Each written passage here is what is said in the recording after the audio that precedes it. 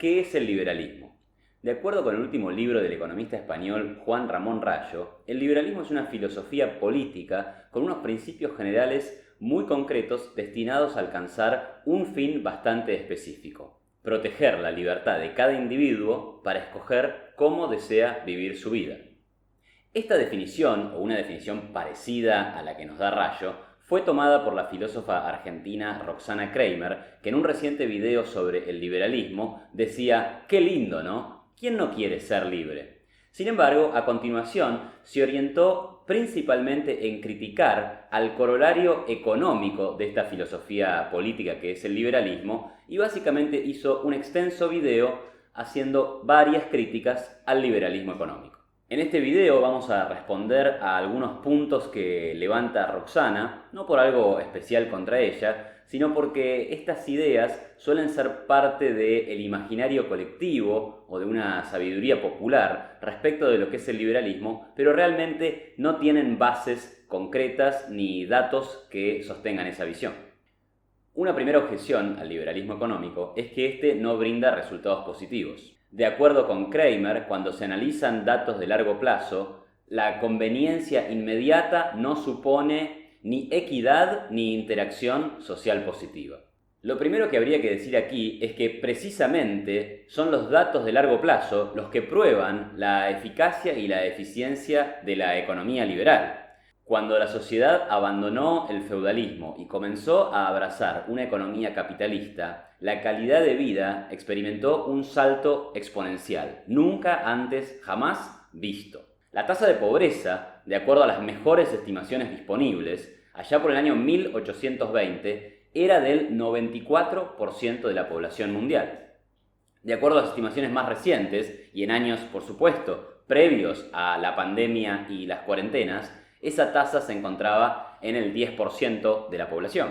Por otro lado, el mundo pasó de ser un lugar habitado por solamente 1.100 millones de personas a ser un lugar habitado por 7.300 millones de personas. Es decir, que mientras se multiplicaba la cantidad de población en la Tierra, la tasa de pobreza descendía, refutando así a los intelectuales pesimistas que sostenían que cuanto mayor fuera la población, peor iban a ser las condiciones de vida porque se iban a acabar los alimentos. En cuanto a la equidad, también los datos son más que elocuentes. En el año 1800, casi todos los países del mundo vivían con un PBI per cápita similar al de un país pobre hoy en día. Más adelante, en el año 1975, la distribución del ingreso era mucho más desigual, con los países de Norteamérica y Europa teniendo altos niveles de ingreso per cápita, mientras que gran parte de Asia todavía con ingresos en niveles de pobreza. Ahora, este cuadro ha cambiado notablemente en los últimos años.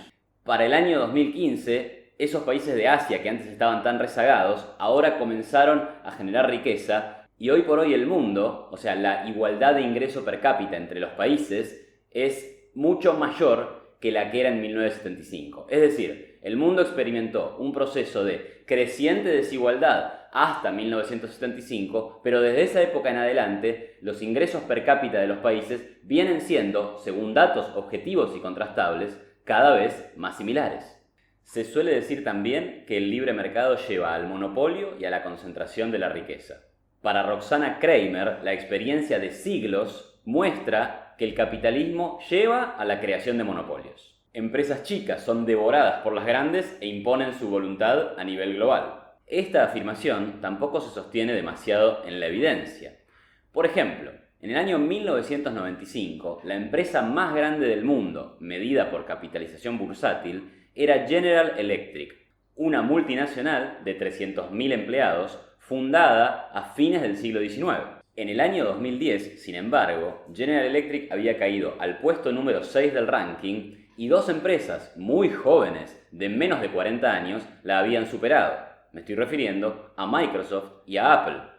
Por otro lado, grandes empresas que tuvieron una posición casi monopólica en los mercados donde operaron, como Blockbuster, Kodak o BlackBerry, enfrentaron la ruina económica en el año 2010, 2012 y 2018 respectivamente. Además, una mirada comparada a las grandes fortunas de la revista Forbes entre 1980 y el año 2020 muestra que el cambio de caras es realmente impresionante, desmontando esta idea de que la riqueza está permanentemente concentrándose en las mismas manos. Lo que existe es un proceso de gran movilidad en donde algunos a veces suben, otros bajan y la riqueza va cambiando de manos en la medida que las empresas van satisfaciendo mejor las necesidades de los consumidores. Por último, cabe hacer una aclaración sobre los monopolios. Es que en la medida que no se sostengan gracias al privilegio o la prebenda estatal que impide la competencia, la aparición de estos no es un problema. Poniendo un ejemplo sencillo, no es un problema que Roger Federer tenga el monopolio de ser el número 1 del tenis mundial por varios años consecutivos, como no es un problema que el monopolio lo tenga Maradona en el caso del fútbol. Con las empresas pasa lo mismo. Si no existen barreras legales de entrada para competir en los mercados, la empresa que concentre la mayor porción del mercado es la que mejor está sirviendo las necesidades de los consumidores. Kramer también nos dice que esta supuesta tendencia a la concentración y al monopolio lleva a una situación de desempleo. Pero esto es fácilmente verificable que no es así. De acuerdo con datos publicados por el Banco Mundial, la población empleada en el año 1990 en el mundo era de 2.300 millones de personas. Hoy la gente con trabajo alcanza a 3.500 millones de personas. Es decir, que el empleo ha crecido a lo largo de los años. En Estados Unidos, la cuna del capitalismo moderno, y meses antes de que estallara la pandemia, la tasa de desempleo estaba en el 3,5% de la población total, niveles mínimos históricos que no se daban desde la década del 70. Otra crítica que se le hace al liberalismo es que perturba las relaciones sociales y obstaculiza la solidaridad, así como también estimula el desarrollo de ciertas destrezas antisociales como la competencia y la envidia. Dice la filósofa Kramer: como señalaba el novelista Edward Bellamy, las tendencias que se derivan de comprar y vender son básicamente antisociales. Educan para promover los propios intereses a costa de los demás. Pero precisamente esto es no entender la lección de Adam Smith cuando él escribía que nosotros no comíamos pan gracias a la benevolencia del panadero, sino por su atención a su propio interés. Lo que pasa es que en una economía capitalista nadie puede mejorar su propio interés si no es satisfaciendo las necesidades del resto. Pero el punto es que en una economía capitalista, para que el panadero promueva su propio interés, debe estar promoviendo al mismo tiempo el interés de los demás. En concreto, si querés ganar plata con tu panadería, tenés que hacer un pan de calidad y precio aceptables, o al menos que sean aceptados por tus clientes. En resumen, si no vende un pan de calidad a precio razonable, se quedará sin negocio. En este sentido, el liberalismo económico es un sistema profundamente empático porque se preocupa por el interés de los demás y además profundamente inclusivo y social. En el fondo, a compradores y vendedores no les importa la raza, la religión, ni el color de su contraparte. Lo único que le importa es hacer un buen negocio y los prejuicios quedan de lado. Por último, nada en la filosofía liberal rechaza la solidaridad. Y de hecho, entre los países más solidarios del planeta, medidos por el World Giving Index, encontramos a Nueva Zelanda, Estados Unidos y Australia. 3 países que están en los mejores puestos de libertad económica del mundo y además gozan de una increíble prosperidad. Es que la solidaridad depende positivamente de la capacidad que la gente tenga para donar. Y eso solamente aparece con una economía capitalista que genere riqueza. La última de las críticas que queremos abordar en este video está relacionada con el tema presupuestario.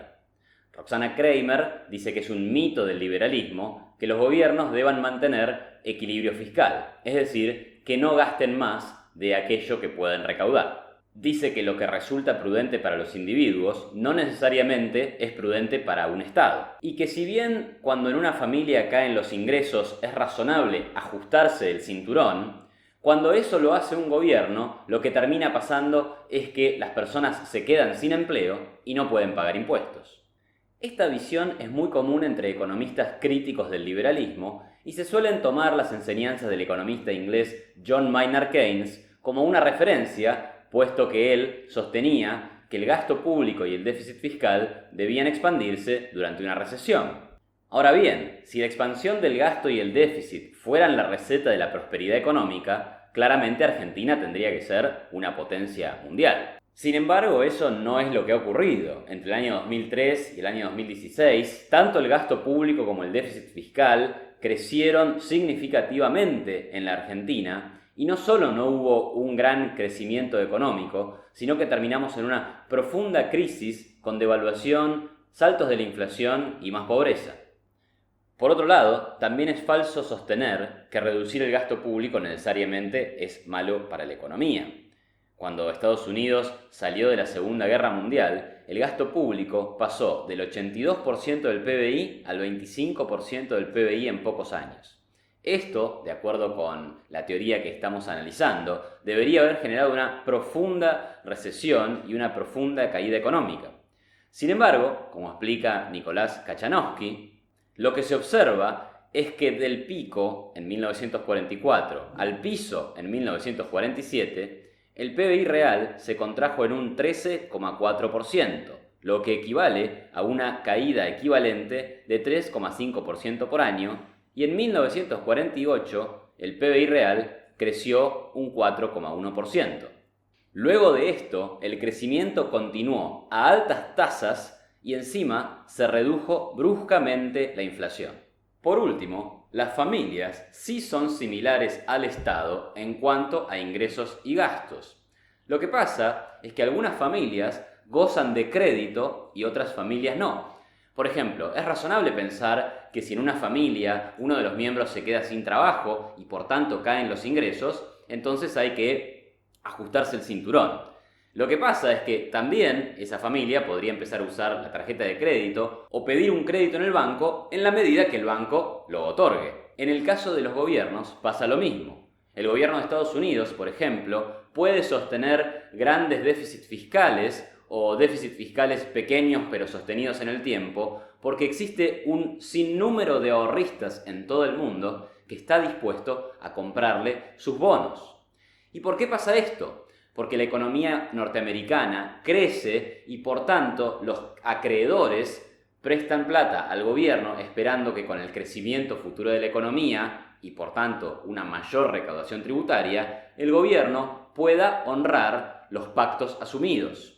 Distinto es el caso de Argentina u otros países latinoamericanos que no tienen un buen registro en este sentido. Recientemente, Argentina, por ejemplo, entró en el 9º default de toda su historia. O sea que en 9 oportunidades en la historia, a las personas que le prestaron plata al gobierno argentino, este terminó por no honrar sus compromisos. Para estos casos, entonces, el equilibrio presupuestario sí es un requisito, porque no se dispone de crédito para gastar por encima de las posibilidades. Y cuando eso pasa y se insiste en seguir gastando por encima de las posibilidades, vas a una crisis de deuda o a altísimos niveles de inflación, como los que Argentina vive hoy en día. En su video sobre liberalismo, que está parcialmente basado en su libro Desigualdad y Violencia Social, Roxana Kramer ataca al liberalismo económico desde muchos ángulos.